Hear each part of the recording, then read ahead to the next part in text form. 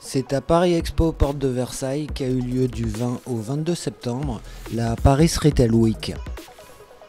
Commerce omnicanal, data, marketplace, logistique et marketing, ainsi que nouveaux paiements étaient au programme de ce salon. C'est la grande nouveauté de cette année. On a colocalisé 3 événements du retail majeurs au sein de Comexposium pour pouvoir proposer aux enseignes un point de contact unique en termes de salon pour venir avec toutes les fonctions, trouver toutes les solutions les plus innovantes et puis s'inspirer aussi des dernières innovations du secteur au travers des prises de parole. Au programme, conférences et ateliers solutions thématisés, innovation, Paris Retail Award et rendez-vous personnalisés entre exposants et visiteurs. Olivier Bergsman de la société Contentful, une plateforme de gestion de contenu, nous éclaire sur la complémentarité de l'expérience client en magasin et sur le net.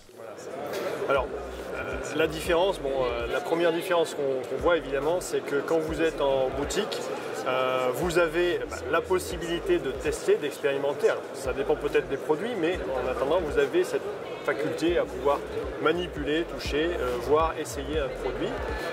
Vous avez aussi le bénéfice, lorsque vous êtes en boutique, d'avoir du conseil.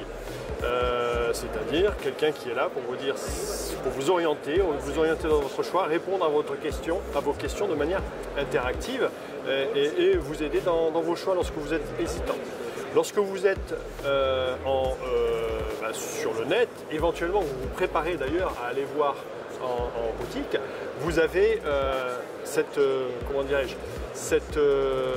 facilité de naviguer dans un catalogue assez vaste, de vous projeter sur beaucoup de situations, beaucoup d'exemples, de choses qui pourraient vous intéresser.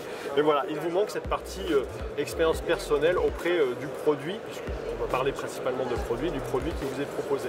Vente, expérience client, différentes plateformes et logiciels sont aussi discutés au cours de tables rondes.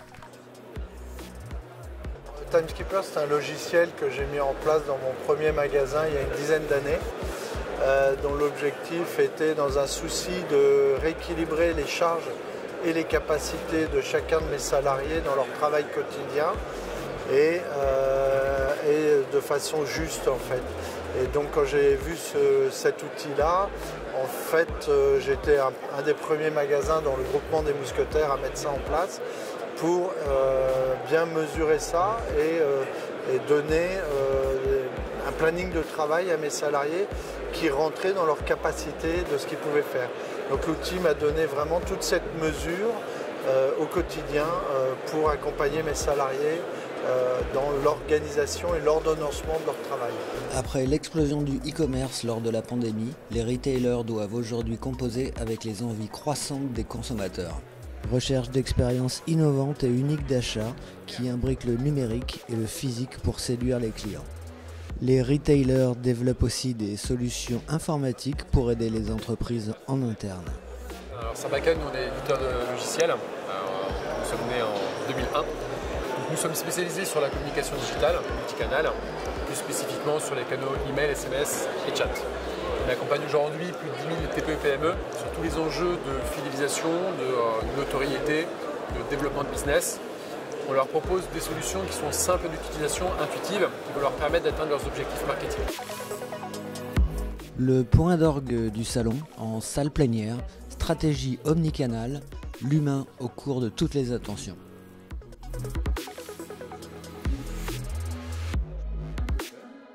Sur la symétrie des attentions entre les collaborateurs mais aussi les salariés, c'est que vraiment la place du collaborateur elle est essentielle.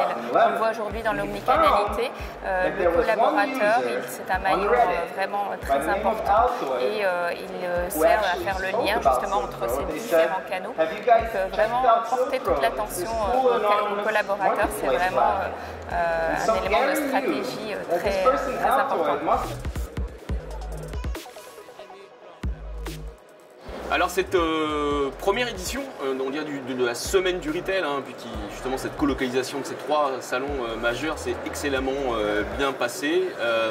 On a accueilli plus de 30 000 visiteurs, 700 exposants, plus de 200 interventions qui étaient partagées entre eux, des prises de parole dans les plénières de différents événements ainsi que des cycles d'ateliers. On a eu de fortes affluences, beaucoup de contrats signés également, et beaucoup d'échanges, beaucoup de networking.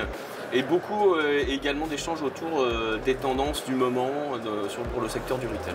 Le besoin de plus d'omnicanalité, le besoin de plus de digitalisation du point de vente, le besoin aussi d'apporter une expérience consommateur totalement différente pour qu'ils viennent en magasin, avoir un magasin expérience où on se rapproche plus d'un lieu de vie où la marque peut véhiculer justement un certain nombre de valeurs, avoir des animations qui soient instagrammables, pouvoir faire des concerts. Voilà. Le magasin a totalement changé et revient très en force. On a tous pâti de la fermeture des magasins pendant la Covid. Aujourd'hui, le magasin revient en force, mais de façon assez différente. Et en fait, la digitalisation, qui est vraiment un enjeu clé pour toutes les enseignes, doit permettre justement aux magasins et aux vendeurs, notamment en magasin, de pouvoir se détacher de toute une partie technique et d'irritants, que ce soit du paiement ou de la gestion des stocks, pour pouvoir se concentrer justement sur ce qui est le plus intéressant, c'est-à-dire la relation client et la relation humaine.